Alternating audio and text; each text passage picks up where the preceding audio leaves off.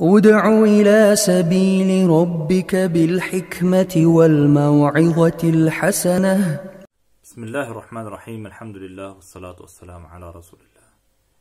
Muhtaram aziz kardeşlerim, mübarek olsun Ramazan aylarımız. Tutkan urazalarımızı Allah Teala kabullardan eylesin. Kılgan izgiliklerimizni arttırsaydı. Ramazan ayı bara. Lakin Ramazan ayında muhtaram aziz kardeşlerim, kişiler bilen yumuşak bulurga tırışık. Kişi rencitmesge tırışık. Zulüm kılmaska tırışık. Adil bulurga tırışık. Çünki eğer de biz kişiге qarata bulgan münasebetimizni o'zgartmasak, eğer de biz kişilerini rencitip urazabızını devam etsek, sabırsız bulsak, qay vaqtda kerakmagan sözler aytib qo'ysak, kişi rencitip, albatta bu urazadan gitmez. Hamda Peygamberimiz sallallahu aleyhi ve sellem o'zining bir hadis şerifinde bulay dedi. İttaku da'vatil mazlum. Mazlum kişinin dağasından korkağız. Çünki mazlum bilen Allah arasında perde yok. Eğer de ol mazlum kişi dağa kalsa, şunduk Allah Teala onu kabul eder dedi. Şuna göre Ramazan ayında rencitülerden yarak bulsak idi. Resul Ekrem sallallahu aleyhi ve sellem tağın bir hadisinde bulay dedi. Allah Teala aytdiyken: Ya ibadi, inni harramtu zulme. Ey kıllarım, men zulümni o'zim için haram kıldım. Yani adilsizlikni, rencituni. Hamda ve harramtu beynekum. Ham aragızda da bu zulümni haram kıldım dedi. Fela tazalamu. Zulüm kılmağız. Rencitmegiz. Bir-biringizge merhametli bulağız. Hamda aytib ketasim kela muhtaram aziz kardeşlerim. Peygamberimiz sallallahu aleyhi ve sellem'den tağın bir hadisini Peygamberimiz sallallahu aleyhi ve sellem ayta, dirislikte Allah Teala zulüm kılışlarga jaza biruni keshiktirishga da mumkin. Ama endi ani bir tutqash qochib ketuv mumkinligi bo'lmasqa mumkin. Eğer de kişi tövbe kılmasa, eğer de kişi rencitken kişi yanına barıp gafu ötünmese dedi. Şundan sonra Peygamberimiz sallallahu aleyhi ve sellem tübendeki ayetini okudu. Bismillahirrahmanirrahim. Ve kezalike ahzu rabbike iza ahazal qura ve hiye zalime inne ahzahu alimun şedid. Ana şulay Rabbinin kişileri azgan şehrini gazap bilen tutuvu bik tiz ve bik katı dey. Allah Teala'nın gazabı bik tiz hem bik katı bulaşak. Bir de keshiktirilmey. Zulümlikten yarak bulağız. فَاِتَّقُوا الظُّلْمَ فَاِنَّ الظُّلْمَ ظُلُمَاتُ يَوْمُ الْقِيَامَةِ diye Peygamber sallallahu aleyhi ve sellem. Zulümlikten korkağız. Rencitüden korkağız. Adilsizlikten korkağız. Alar bitinizde bir mağanaga iya. Dirislikte kıyamet gününde muhtaram aziz kardeşlerim. Bu zulümlik karangılık bulaşak zalim işin dedi Peygamberimiz sallallahu aleyhi ve sellem. Hem muhtaram aziz kardeşlerim, eğer de Allah subhanahu ve teala'nın kupkine ayetlerine biz kuş salsak, tübendegilerge yolğabız.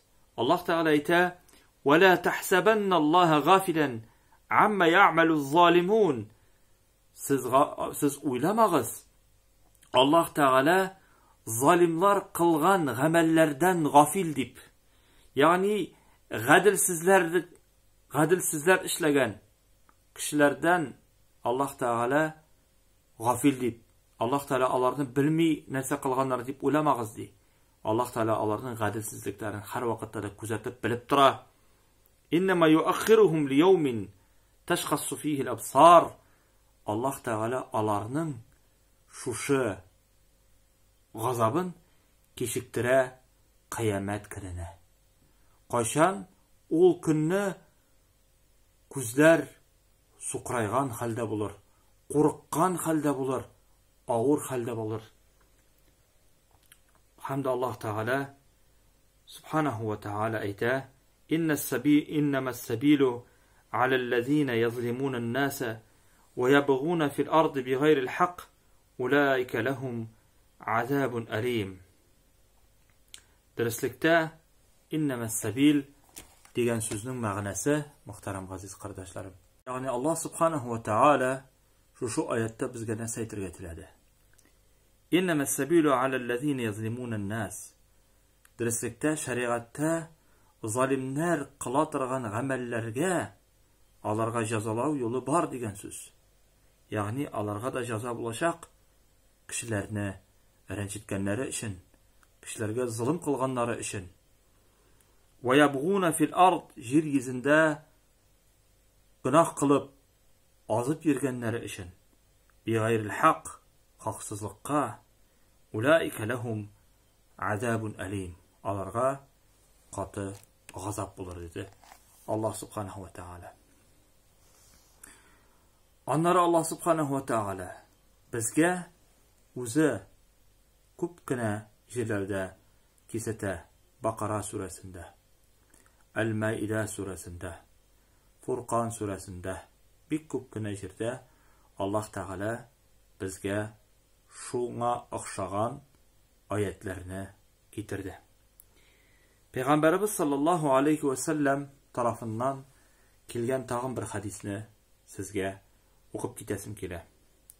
Peygamberimiz sallallahu aleyhi ve sellem kunlardan bir kunni sahobalar yanına chiqdi da, bilasizmi manil muflis dedi. Bilasizmi kim ol muflis, yani bankrotga tushgan kishi, bankrotlikqa yo'liqqan kishi muflis dedilarni arab tilida. Şularning aralarından aytdi: "Ya Rasulullah" dedi. "Al-muflisu fina man la dirhama va la mata'."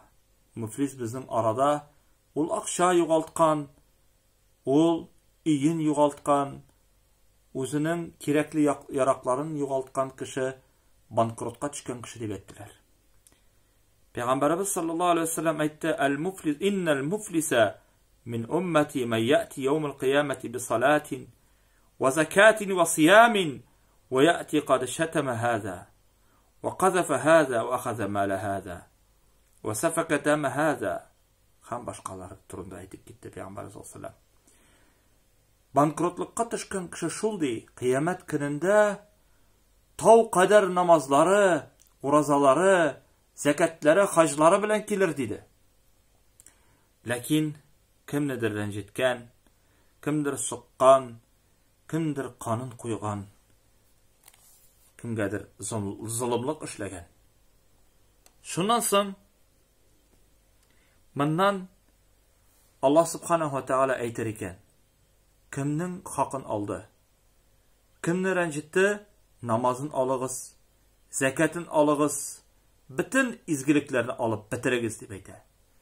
50 yil, 60 yil o'qigan namozlaring, tutgan ro'zalaring, hatta qilgan ko'pgina izgiliklaring shul kunni yo'qqa chiqar. Qizg'anishga qarshi. Ham tag'in bo'lar ekan ol ranjitgan kishilar, tag'in bo'lar ekan kimga ol kimning haqin olgan, kimga suqqan, nasharlik ishlagan. Lakin tegining izgiliklari bitdi. Hozir narsa ishlarga bo'la. Shul vaqtda muhtaram aziz qardoshlarım, Allah Teala aytar ekan: "Berigiz anga o'zingizning gunohlaringizni" dedi. Berigiz anga bütün gunohlaringizni anga dedi. Shundan so'ng ol turiha finnar, jahannamga otildi. Chunki uning bir izgiligida qolmaydi.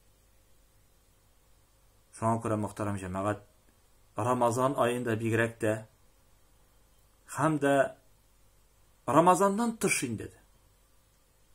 Bunda bir nindi so'z bo'larga tiyish tugul, Ramazan ул безне өйрәтергә тиеш. Рамазаннан соң ел буе ул безгә заряд булырга тиеш. Һәм Рамазан аенда алган тәрбияне без ел буена файдаланырга тиеш. Рәнҗетүләрдән, зулым кылудан һәм инде әшрәкелек, шул вакытта гаделсезлек кылудан ерак булыгыз. Ассаламу алейкум ва рахматуллахи ва баракатуһ.